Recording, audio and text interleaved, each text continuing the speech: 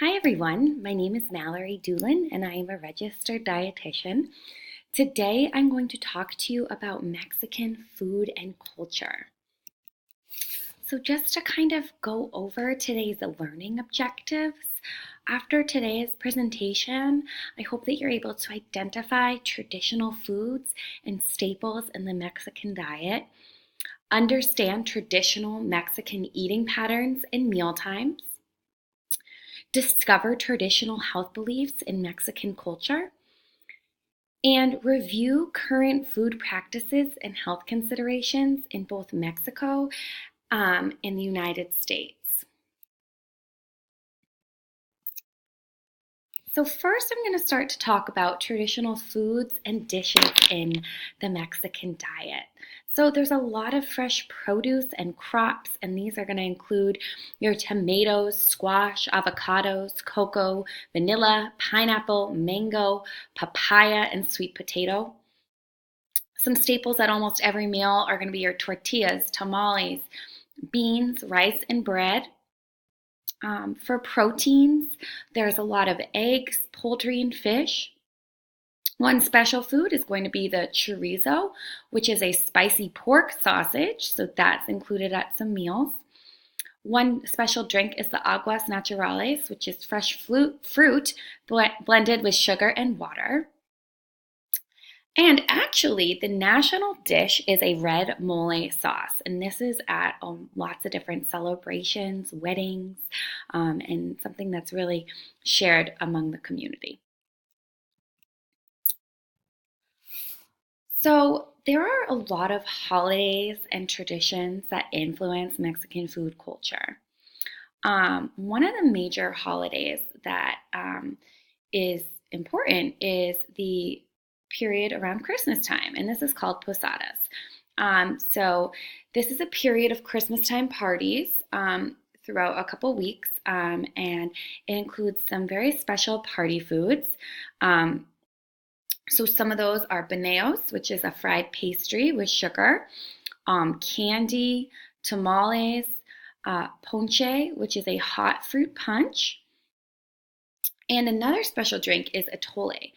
This is a warm milk-based beverage, and it's flavored with chocolate, fruits, and nuts, and then it's thickened with masa, which is a corn flour. So these are a lot of special party foods that are to celebrate that Christmas time. Another major holiday is the Day of the Dead. So this is a really great image because you can see that the Day of the Dead is a offering period. There's lots of foods that are celebrated, and this is a traditional kind of altar, which we'll kind of talk a little bit about. But you can see there's lots of breads and fruit and foods, and then lots of decorations as well. So Day of the Dead, or is also known as Dia de los Muertos. This is a special holiday to celebrate loved ones who have passed away. So at this time, at this holiday, families provide ofrenda, which is an offering, on those altars, and those altars honor those who have passed away. They typically include 4 elements: water, wind, earth, and fire. So water is left on the altar in pitchers, and then earth is represented through pan de muerto, which is a traditional bread, and that's left on the altar and cooked during that time of year. Some other holidays, really when you think about the holidays and the culture with Mexicans, you want to remember that majority of Mexicans are Roman Catholic. So really, religion plays a major role in the family, in the community, and in the diet. So a lot of the food choices and holidays that happen are going to have that food element as well. So Lent is a notable one, that period before Easter, and there's usually a fasting period, and then there's meatless meals on Ash Wednesday, and then all of the Fridays during Lent. And then there's also another holiday, Day of Kings, and this is a holiday where they have the ring-shaped bread and they share it with others. So these holidays all have their own special foods, and it's great to kind of understand what they traditionally eat and then also the foods they traditionally have during fun celebrations and holidays. So next I'm going to talk about traditional eating patterns and the Mexican diet. So traditionally there was actually 4 to 5 meals per day, but now it's much more common for there to be 3 meals per day. So those 3 meals are breakfast, lunch, and supper. The breakfast, or desayuno in Spanish, includes coffee, pan dulce, which is a sweet roll, tortillas and beans, and sometimes huevos rancheros or eggs. Comida is lunch. This is the main meal of the day. It's served between 1 and 3 p.m. and it's going to be a hearty meal. It includes a soup, a meat dish, rice, tortilla, coffee, and dessert. Rice is typically served first before the main meal.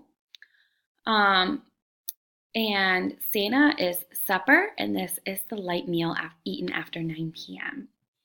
Another common thing is that chilies are one of the main ingredients in a lot of these dishes. As far as meal times go, families like to eat together. The mother will prepare the food. She's the head of the household. And it really brings that feeling of a sense of togetherness for the Mexican families and their culture.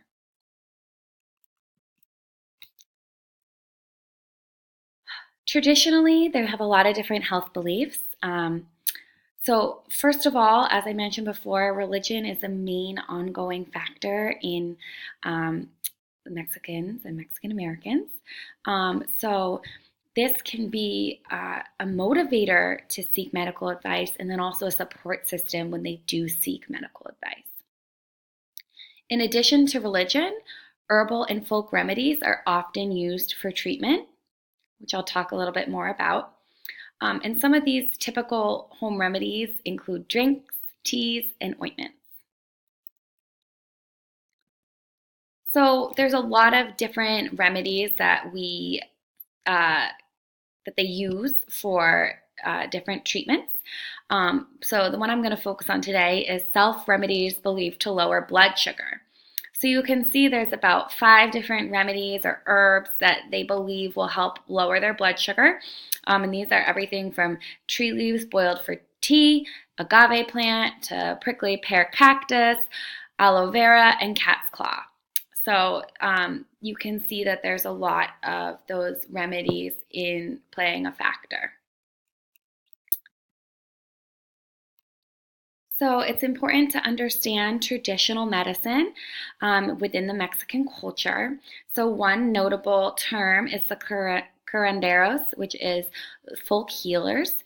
And these folk healers treat a variety of physical, mental, and spiritual burdens. When a person becomes ill, there's a kind of a timeline that's traditionally followed. So first, as I mentioned, that mother is that head of household that really takes care of all things to do with the home and the family. And so she will decide when an illness is beyond her ability to treat or when she can't, help use those remedies. After that, the family is involved in the decision-making process. That family is that strong, ongoing theme unit. The family plays a major role in making decisions, especially when it comes to medical issues. The next line is typically the families will seek help from the curandero before they consult that Western medicine healthcare provider.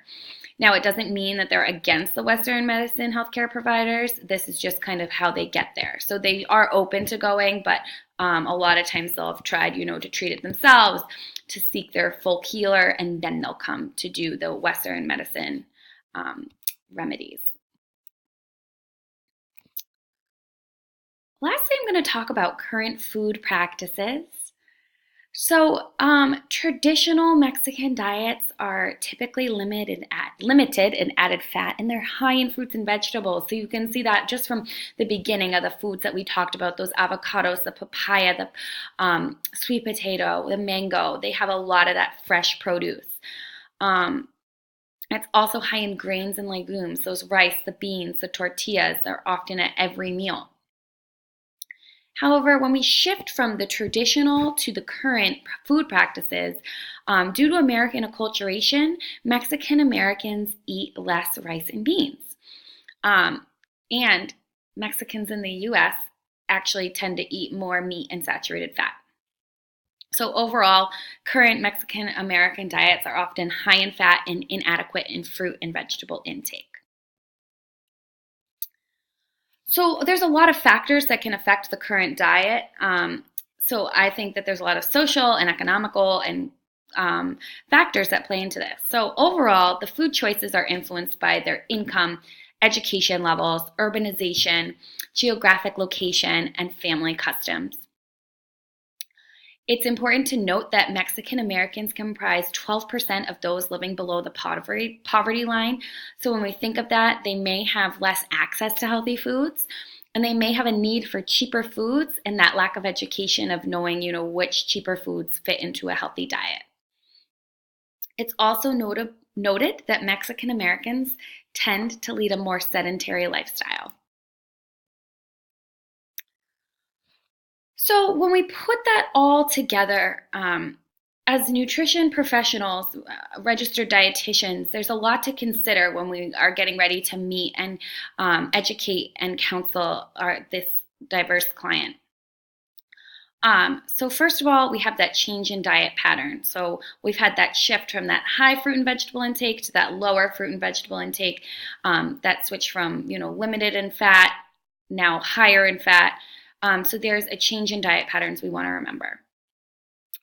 Another piece to really focus on are two medical conditions. So first, just under 75% of Mexican American men and women are overweight and obese.